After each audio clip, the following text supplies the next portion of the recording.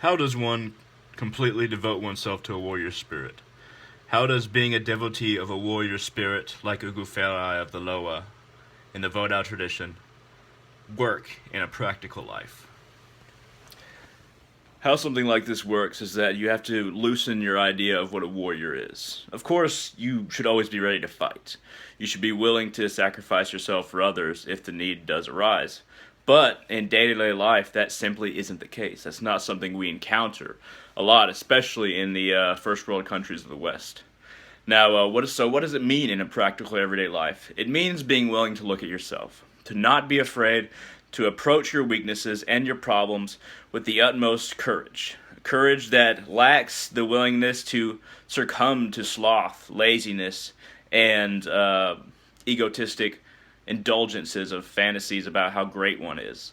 It means that when you encounter people, you don't approach an evaluation of who you are and your own ideas with submission.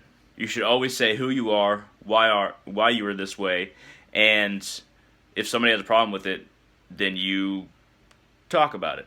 You debate. You don't fold. You don't submit. Those are a couple of the ways. Another way is that whatever goals you have in your life, whatever you're shooting for, whatever you want to become, that has to be something you go after with full resolve. Something that you go after with every part of your being. You don't leave out a part of yourself or cast aside a large portion of your time to foolishness just out of ease. It has to be who you are, down to everything you do, even in the dark, even when nobody else is looking, even when nobody else is watching. You have to become the person that you want to be, even in those times, especially in those times, because if you don't become the person that you want to be in those times, then who the hell are you living for? You aren't living for yourself, who you want to be, and you sure as hell aren't living to help other people. Because if you're a good person, who you want to be has to have some connection to helping people in some small way, even if it's just your family. If it's just for yourself, then that's the kind of person that simply wouldn't benefit from any spiritual path. It'd just all be about money. It'd all be about one's personal ego, one's personal and temporary self.